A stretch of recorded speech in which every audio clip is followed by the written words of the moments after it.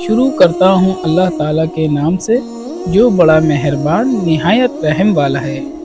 حدیث شریف، رسول اللہ صلی اللہ علیہ وسلم لوگوں کو کسی کام کا حکم دیتے تو وہ ایسا ہی کام ہوتا جس کے کرنے کی لوگوں میں طاقت ہوتی۔ اس پر صحابہ رضی اللہ عنہم نے عرض کیا کہ یا رسول اللہ، ہم لوگ تو آپ جیسے نہیں ہیں، آپ تو معصوم ہیں اور آپ کی اللہ پاک نے اگلی پچھلی سب لغزشیں معاف فرما دی ہیں، اس لیے ہمیں اپنے سے کچھ زیادہ عبادت کرنے کا حکم فرمائے۔ یہ سن کر آپ صلی اللہ علیہ وسلم ناراض ہوئے، حتیٰ کہ غضب آپ صلی اللہ علیہ وسلم کے چہرے مبارک سے ظاہر ہونے لگی۔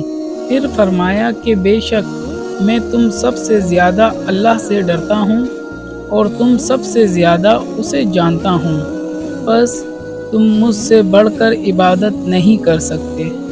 حدیث شریف، آپ صلی اللہ علیہ وسلم نے فرمایا، جس شخص میں یہ 3 باتیں ہوں گی وہ ایمان کا مزہ پا لے گا۔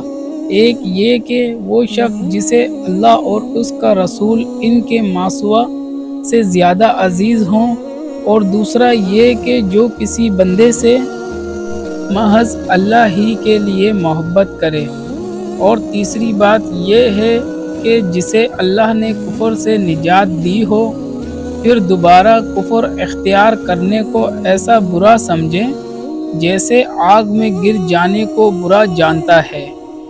ثواب کی نیت سے برائے مہربانی ویڈیو کو لائک کریں اور چینل کو سبسکرائب کر لیں۔ جزاک اللہ۔